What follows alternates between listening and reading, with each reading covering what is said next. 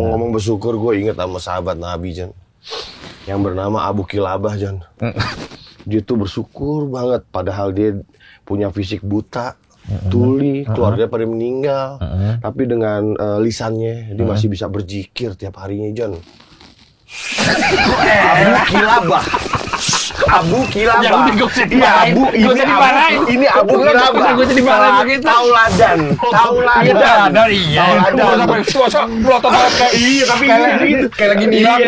itu tauladan banget. Iya bener ya? Iya. Makanya kenapa kita harus nunjukin rasa syukur kita. Rasa syukur kita karena Green Boys Ramadan tahun lalu Allah kasih banyak manfaat kebaikan bukan buat kita doang ya, Par ya. Buat sekut, kantor sekut, semua karyawan juga buat banyak orang. Nah, kita buat tahun ini lagi supaya insya Allah dengan bersyukur ini tambah lagi manfaatnya. Amin. Tahun depan ntar ada lagi apa lagi kebaikan.